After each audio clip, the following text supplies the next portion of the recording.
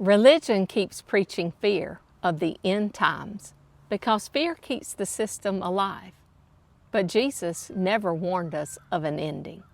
He revealed an awakening. It is the good news. There will be wars and rumors of wars. He wasn't talking about nations out here, outside of you. He was describing the battle rising in here. The trumpet sounds inside the soul. It's the call to wake up. Light and shadow, truth and illusion, fighting for that same ground. The war is not between people. It's consciousness remembering itself. You will hear wars and rumors of wars. Let's get into some original language of what these scriptures mean.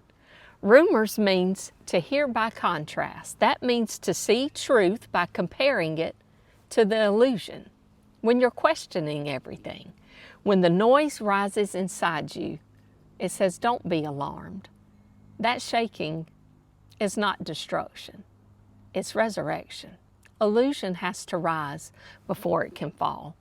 The end is not destruction. It's fulfillment.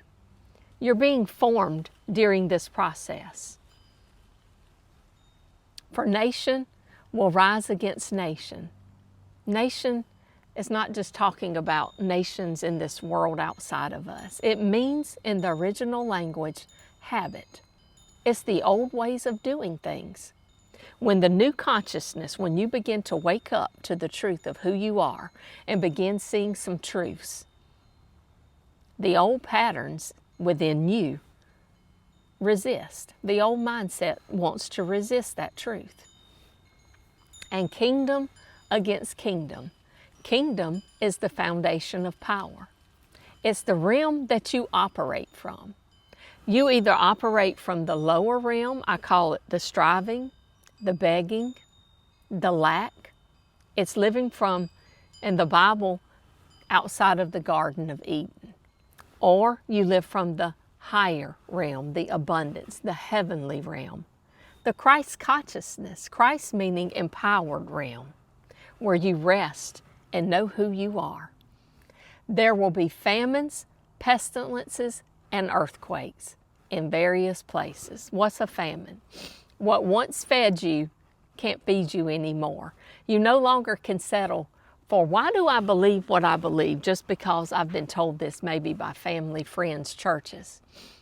It doesn't feed you anymore. Pestilences. That's the birth pains that call you to faith.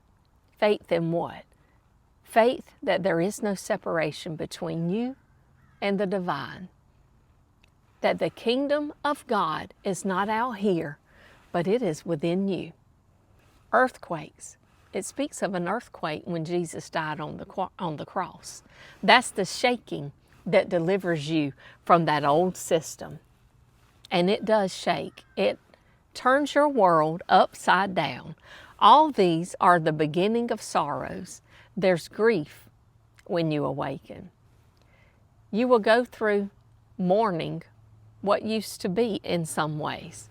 Sometimes you may even have to leave behind churches, people, and those beliefs. But it's not a death, it's a birth. Then they will deliver you up to tribulation and kill you. They here in the original language is not multiple people outside of you. It translates into meaning yourself, literally yourself, surrendering to refinement. Tribulation is pressure. It's the crushing that reveals the true essence of who you are.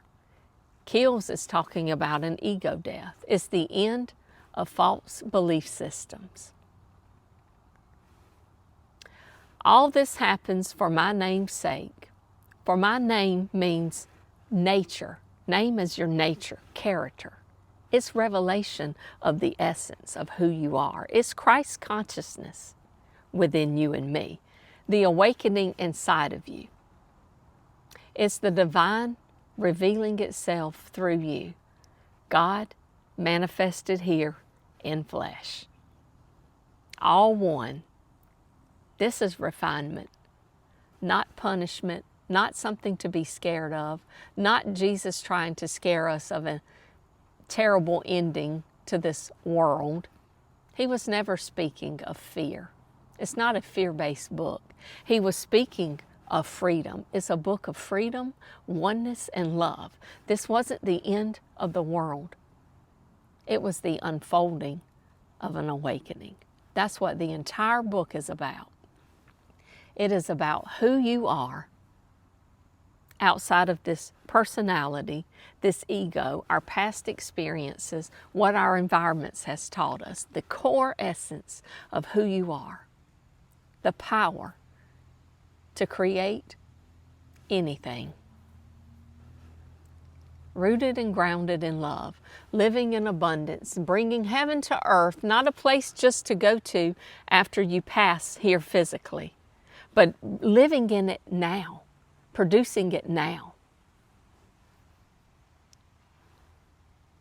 Organized religion here in the United States anyway, especially I'm in the Bible Belt in the South, they don't want us knowing this stuff because you become fearless. You don't need their systems. And you become a light into the darkness that they are portraying. And you begin to wake up others.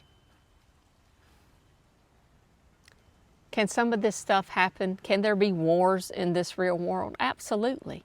But it all happens within first, within us individually, that produces the consciousness that we're living in collectively.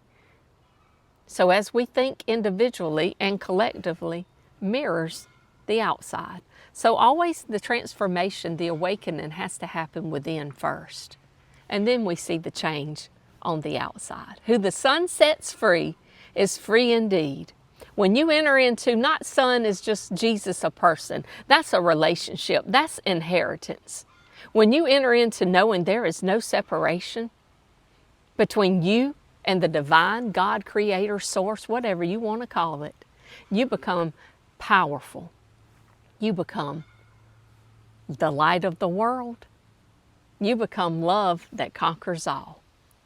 It's the good news. It was never fear-based. That's Jesus's entire message. The kingdom of God is within you. Wake up.